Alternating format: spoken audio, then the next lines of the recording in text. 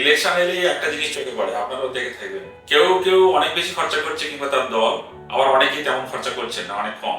কিন্তু একটা প্রশ্ন কি আমরা করে থাকি, এই টাকাটা আসছে কোথা থেকে? যদি আমরা টাকা দিয়ে থাকি তাহলে শিওর থাকতে পারেন ওই মানুষটা জিতে এসে আপনার হয়ে কাজ করবে, কারণ আপনি মালিক।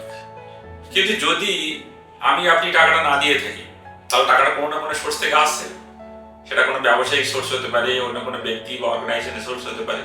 তার নির্বাচনের পরে তারা জিতে, তারা কি আমাদের হয়ে কাজ করবে, আপনার হয়ে কাজ করবে? যদি অন্য কেউ টাকা খরচা করে এবং প্রার্থী বাছাইতে সহযোগিতা করে, তাহলে আপনি কি মালিক, না আপনি পণ্য হয়ে গেলেন? ডেমোক্রেসি শুধু ভোট দেওয়া না, ডেমোক্রেসি একটা দায়িত্ব, বড় দায়িত্ব। আমাদের প্রশ্ন করা দরকার এই খরচগুলো আসছে কোথা থেকে। আর প্রার্থীদেরও বুঝতে হবে অতিরিক্ত খরচ মানে অন্য কোথাও থেকে তাকে তুলে আনা।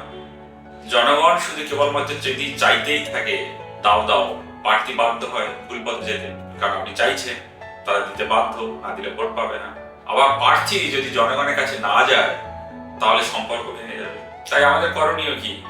ডেমোক্রেসি ঠিক রাখতে দুদিকেই বোঝাপড়া দরকার। প্রশ্নটা শুধু কে জিতলো তা নয়, প্রশ্নটা হলো আপনি ভোটার থাকলেন না আপনি পণ্য হয়ে গেলেন।